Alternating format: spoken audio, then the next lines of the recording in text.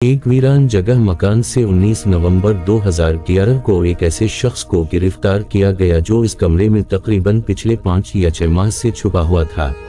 वो शदीद जख्मी और बीमार था।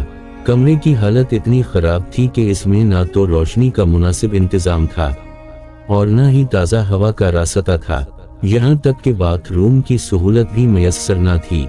इस शख्स का खाना पीना, सोना जागना और ज़रूरी चीज़ें वगैरह सब कुछ उसी कमरे की 4 दीवारी के अंदर महदूद थी।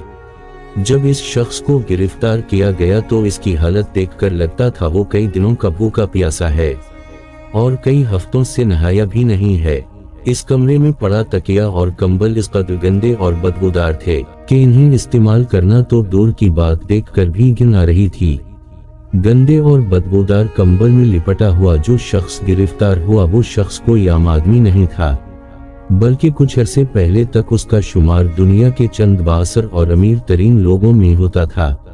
इंतहाई आसाइश की जिंदगी गुजारता था और अपनी इशो इशरत पर करोड़ों डॉलर्स कुछ सेकंड में ही खर्च कर देता था। एक बार लंदन में वो अपनी कार में सफर कर रहा था। सफर के दौरान उसे शुमाली लंदन का एक खूबसूरत घर पसंद आ गया और उसने घर खरीदने का फैसला कर लिया। घर का मालिक घर बेचने को तैयार नहीं था, लेकिन उसने जिद में आकर घर की दुगनी कीमत अदा करके वहीं खड़े खड़े 1 करोड़ ब्रिटिश पाउंड्स का वो घर खरीद लिया, जिसकी कीमत पाकिस्तानी करेंसी में तकरीबन 1 अरब 40 करोड़ रुपए बनती है। 2009 में उसने अपनी 37वीं सालगिरह मनाई, जिसमें दुनिया भर के अमीर तरीन लोगों ने शिरकत की और ये अब तक की दुनिया की महंगी तरीन सालगिरह शुमार की जाती है। ये शख्स इंतहाई महंगी पेंटिंग्स खरीदने का शौकीन था। इसने अरबों डॉलर्स मालियत की पेंटिंग्स को अपने महल की जीनत बनाया हुआ था। 2006 में इसे इसराइली अदाकारा ऑर्ले से इश्क हो गया और इसने उसे अपनी महबूबा बनाने के लिए इसके गर्द दौलत के अंबार लगा दिए। चुनांचे ऑर्ले इसकी गर्लफ्रेंड बन गई और ये दुनिया की महंगी तरीन गर्लफ्रेंड थी। बरतानिया के साबिक वजीर आजम टोनी ब्लेयर का वो बेहतरीन दोस्त था। ये लंदन और पेरिस में पले बॉय जिंदगी गुजारता था। वो दुनिया जहां के कानून तोड़ने में बड़ा फख्र महसूस करता था। इसने एक बार पेरिस की शाहराह पर 130 मील फी घंटे की रफ्तार से गाड़ी चलाकर यूरोपीय दुनिया को हैरान कर दिया और पेरिस की सिटी हुकूमत भरपूर कोशिश के बावजूद इसका चालान तक न कर सकी। अपने मुल्क की इन्वेस्टमेंट अथॉरिटी का ये शख्स सरबराह था और ये अथॉरिटी इतनी ताकतवर थी कि दुनिया के किसी भी मुल्क में किसी भी वक्त 10 बिलियन डॉलर्स तक की सरमायाकारी कर सकती थी।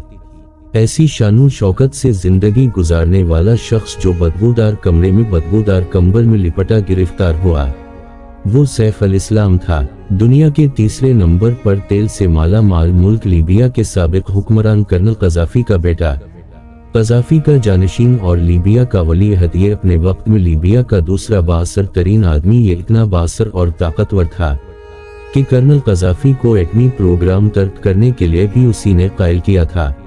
ये वही सैफ अल इस्लाम था जिसका एक कदम लीबिया में तो दूसरा लंदन या पेरिस में होता था, जिसके लिए पेरिस की बड़ी बड़ी कंपनियां खास किस्म के खुसूसी परफ्यूम्स तैयार करती थीं। फिर सैफ अल इस्लाम आसमान से जमीन पर आ गया और बादशाह से फकीर हो गया, क्योंकि वो लोग जो खुदा को भूल जाते हैं और खुद को खुदा तस्वुर करने लगते हैं, तो ऐसे लोगों पर एक ना एक दिन अल्लाह ताला का कहर नाज़िल होता है, जिससे कोई भी बच नहीं सकता। ऐसे हुक्मरान जो इक़्तिदार को ही सब कुछ समझ लेते हैं और इक़्तिदार के नशे में बहक कर ये ख्याल करते हैं कि इनके इक़्तिदार का सूरज कभी गुरूब होने वाला नहीं और इनके मुक़द्दर का सितारा हमेशा ही चमकता रहेगा, तो ऐसे हुक्मरानों से सैफ अल इस्लाम की कहानी चीख चीख कर ये कह रही है कि अवाम का एतिमाद खो देने वाले बेहिस और खुद को खुदा तस्वुर करने वाले हुक्मरानों का एक ना एक दिन ऐसा ही दर्दनाक और भयानक अंजाम होता है। सैफ अल इस्लाम 6 साल की कैद के बाद कुछ अरसा कब्ल जेल से इस शर्त पर रहा हुआ कि वो मुल्क में अमन के क़याम के लिए अपना किरदार अदा करेगा। सैफ अल इस्लाम आलमी अदालत को भी मतलूब था। इसने भी इसकी हवालगी का मुतालबा किया है, गोया आजमाइश जारी है।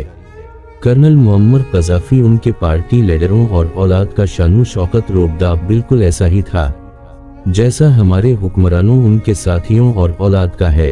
कर्नल कज़ाफ़ी और सैफ अल इस्लाम के खिलाफ पार्टी लीडर, रहनुमा और वज़राए किराम कोई बात सुनने और बर्दाश्त करने को तैयार न थे। जब कज़ाफ़ी के इक़्तिदार का आफ़ताब जगमगा रहा था, जहां कज़ाफ़ी और उनकी औलाद का पसीना गिरता, वहां वज़रा, ब्यूरोक्रेट, हवारी और दरबारी अपना खून बहाने पर आमादा नजर आते थे। मगर जब तख्त डगमगाया और हुक्मरानी का सफीना डूबते देखा तो छलांगी लगा गए।